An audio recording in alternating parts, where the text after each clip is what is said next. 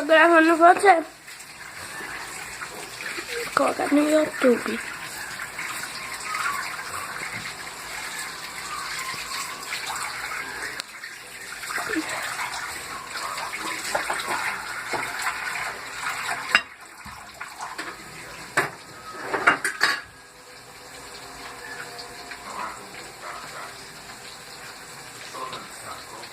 Aquele ali é meu pai.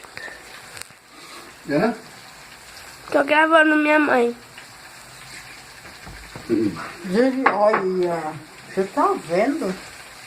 Vou colocar no YouTube. Todo mundo vai te ver lá.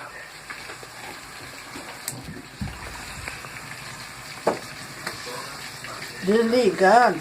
Não, Você já quer tomar café não, Daniel? não quero.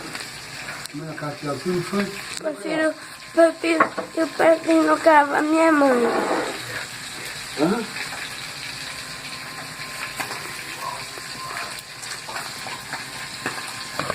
Tomou café lá no azul, não foi? Tô comendo lá no...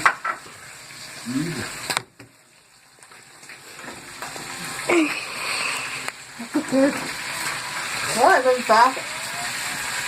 Ela gravando eu comendo feio ali, ó.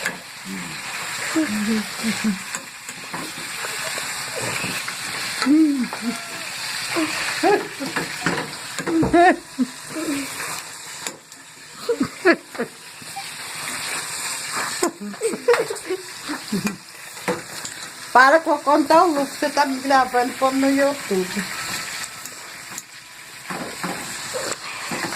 Desliga, apaga esse negócio. Não vou apagar. É a parte 1, tá, gente? Depois eu vou gravar a parte 2, depois a parte 3, até chegar na parte 10.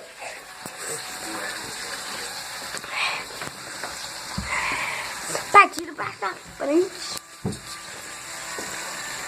Vou contar mamãe. Não. Vai ver. Não, porque a mãe disse que vai ficar até amanhã.